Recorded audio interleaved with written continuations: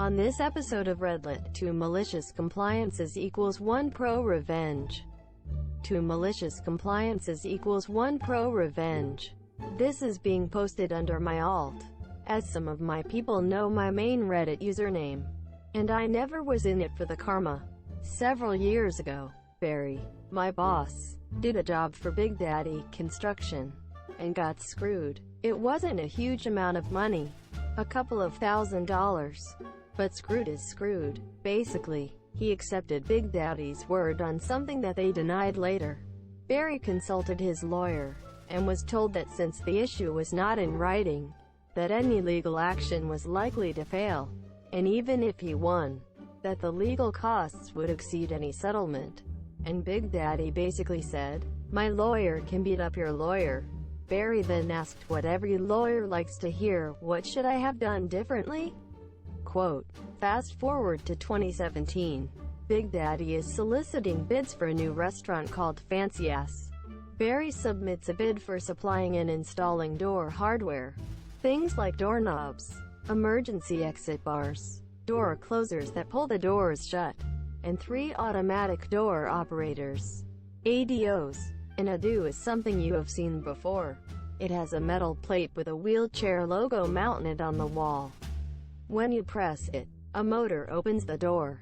It's designed to allow people with limited mobility to pass through a doorway. Barry wins the bid, and calls a meeting. He is handling this job personally. All communication with Big Daddy is to go through Barry, and only Barry. If someone from Big Daddy calls and says, "Nice weather, isn't it?" we are to reply, "I wouldn't know anything about that. Let me transfer you to Barry's line." Under no circumstances is anyone from Big Daddy to be given Barry's cell number, and the after-hours on-call texts are only to return the call and say that Barry will be in touch in the morning. Violation of any of this will be grounds for immediate dismissal for cause. Is this perfectly clear? A few weeks go by, and we get a call from GC, who not only is running the job for Big Daddy, but as Big Daddy's son.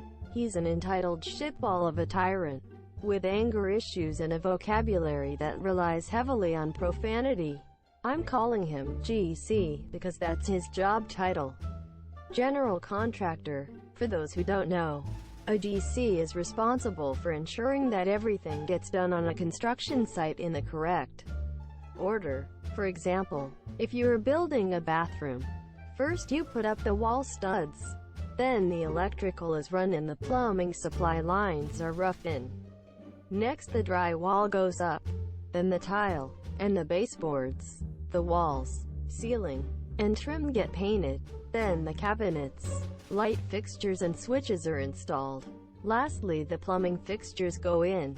So you can see, a GC has to deal with several different subcontractors and coordinate their efforts.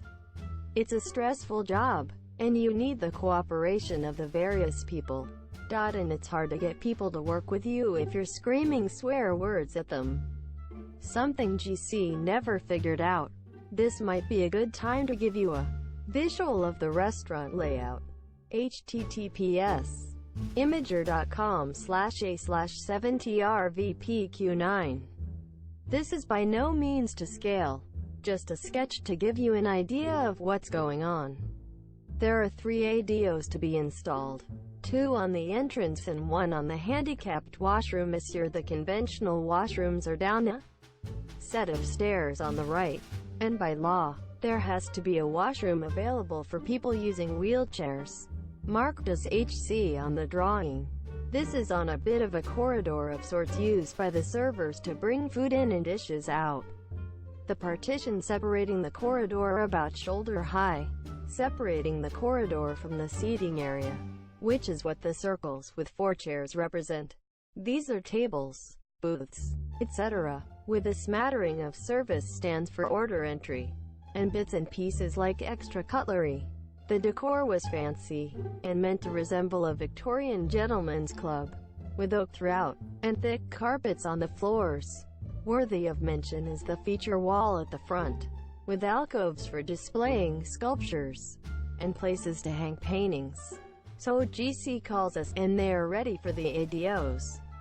We arrive, and install. By the terms of the bid, it's Big Daddy's responsibility to supply dedicated 120V electricity for the ADOs and to run the 12V wires from the activation plates to the top of the doorway so they can be connected to the circuit board for the ADO. This wasn't present at the time of the install, so he ran an extension cord to power the ADO, and used a wireless transmitter and receiver to trigger it. All of this was specified in the bid, which said that we could install, and then return to hook up the wires once they get run. Barry came and supervised the tech installing the ADOs personally. When GC signed off, buried in the description was a line or two referencing the relevant sections of the bid. When GC signed off on the handicap washroom install, there was a line noting that Big Daddy assumes all responsibility for compliance with the relevant building code section. GC didn't bother to read what he was signing, just scribbled a signature and took his copy. Barry made certain the tech was right beside him when GC signed off. *** malicious compliance number 1 ***. It's about 2 weeks before opening, and they're in the finishing stages. Barry gets a frantic call from GC that none of the ADOs are working, and they need these to be functional, or they won't get their occupancy permit. Barry heads down the next day with the tech. Barry: well, I found the problem is here. GC: so fix the fucking problem. Barry: there's number 120V run to the doors, and there's number 12V wires to hook up the buttons. GC: you didn't run the power? Why didn't you run the power? Quote, Barry: it's not in the scope of work in the bid. You're supposed to do it. GC: why didn't you tell me that when you were here the first time? Barry: I did, and you signed off on it. GC: where's the fucking electrician? Electrician: get your ass over here. Electrician: what's up? Quote, GC: why isn't there any power for these door operators? Quote, Electrician: it's not part of my scope of work. Barry: there's some good news. GC: what? Quote, Barry: if we use wireless for the buttons, we won't need 12V wires. I'll have to bill you for it as an add-on. But once you get me 120V, these ADOs will be working. Now GC realizes how fucked he is. The interior of the restaurant is 90% complete, and there is no power to a critical part of the building. Without it, no permit. Big Daddy has fucked up big time, assuming that either Barry or the electrician would run the wires, and not putting it into the scope of either bid. The electrical panel is in the back of the kitchen, and there's no way to bring 120V to the front entrance, except across the ceiling, which would be nearly impossible. All of the lighting in the ornate false ceiling was already in. Even if he was able to magically do that, he would either have to run a metal conduit down the surface of the feature wall, or rip out a good chunk of it, run the wires, and reinstall it. The handicap washroom ADO wasn't as much of a problem, since it was closer and the wires could be run through the false ceiling. The section that contained the handicap washroom also had offices and storage with a T-bar ceiling. Unlike the main room, that had 20-foot ceilings, the electrician charged GC big dollars for the extra work. *** malicious compliance number 2 ***. Remember the handicap washroom? When the building inspector came to do a pre-check, they discovered that the square footage of the washroom, minus the area taken up by the in-swinging door, was less than the required minimum. They needed a quick fix, as dismantling the washroom, moving a wall, and relocating the plumbing fixtures would be too expensive, and would take too long. So GC decided to reverse the swing of the door, and have it swing into the corridor, rather than into the washroom. This had a really bad effect on the operation of fancy-ass once it opened, as any time someone wanted to use the washroom, the door blocked the flow of servers in and out of the kitchen. And people are lazy. Even able-bodied people were prone to using this washroom as it was closest. I don't know what the conversations between Fancy Us and Big Daddy were like, but I imagine they were pretty intense. But who gives a fuck? GC signed off on that, too, and Barry got to invoice for a whole new ado, as the original was a pull style, and reversing the swing meant that a push style was required. *ProRevenge*. GC called a few days after discovering that the entrance doors needed 120V to tell Barry that the 120V was available. Barry heads down with the tech to check it out. In the vestibule was a heater known as an air curtain. It's a big heater, designed to push a high volume of warmed air into the vestibule to mitigate cold outside air entering the restaurant. It pulls a significant amount of electricity every time it kicks on, and GC had tied the 120V for the entrance door ADOs into the same circuit.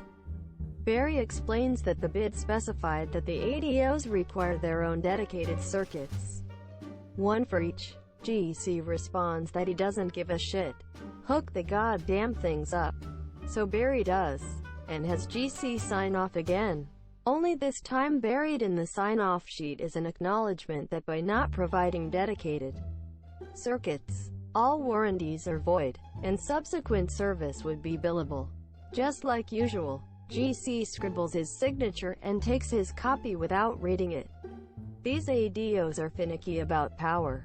There is a motor, obviously, controlled by a circuit board that determines how fast the door opens, how long it stays open, how fast it closes, how much force is used, that sort of thing.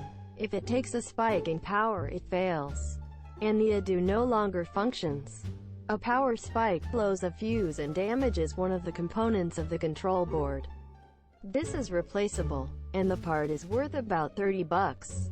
The control board can be fixed in about half an hour, with another half hour on a scope to make certain everything is good. Barry had sent one of the techs to the manufacturer to be certified in rebuilding the board, even though our standard was to just ship them back to the manufacturer and get a replacement. Sure enough, a couple of days later GC calls in a panic. They have the final occupancy inspection scheduled for the next day, and one of the ADOs at the entrance is down. GC, your fucking ADO isn't working. Get down here and fix it. Barry, okay, but this isn't covered under warranty. It's billable. GC, what the fuck are you talking about? It's not even been a week and it's broken. It's warranty. Barry, no, warranties were all avoided when you didn't provide clean power. GC, fuck that. Get down here and put in a new ADO. Barry, it doesn't need a new ADO. It needs a new control board. And I can get a new control board from the manufacturer in 4 to 6 weeks. GC loses his mind. There's no way he can delay the opening of Fancy Us for 6 weeks waiting for a part. He calls Barry every name in the book, threatens legal action, etc. Barry responds, "Look GC, I have a control board on the shelf that was rebuilt by a factory-certified technician. I can let you have it at 80% of the list price of a new one. And I can have it installed by noon tomorrow. Do you want the rebuilt? Or the new part? And do you agree that this is billable as per the terms of the bid?" Quote, GC, yes. Just get the fucking thing fixed by tomorrow. Now Barry knows that GC and Big Daddy were going to fuck him just like they did years ago. That ended up being a "I never said that" dispute. What GC didn't know was every time he called Barry, the call was recorded. You know that this call may recorded for quality assurance purposes that you get when you dial in? Well, Barry never used his cell phone, never initiated a call, and every time GC called in it was recorded and archived. Every single time. Sure enough, another couple of days go by, and an ADO goes down again. Barry asks if GC is good with the rebuild, gets confirmation, removes the blown part, installs the rebuild, then takes the blown control board back to the shop and rebuilds it. A new control board is $750. The rebuild he's charging $600 for a part that maybe costs $75 to get back into shape.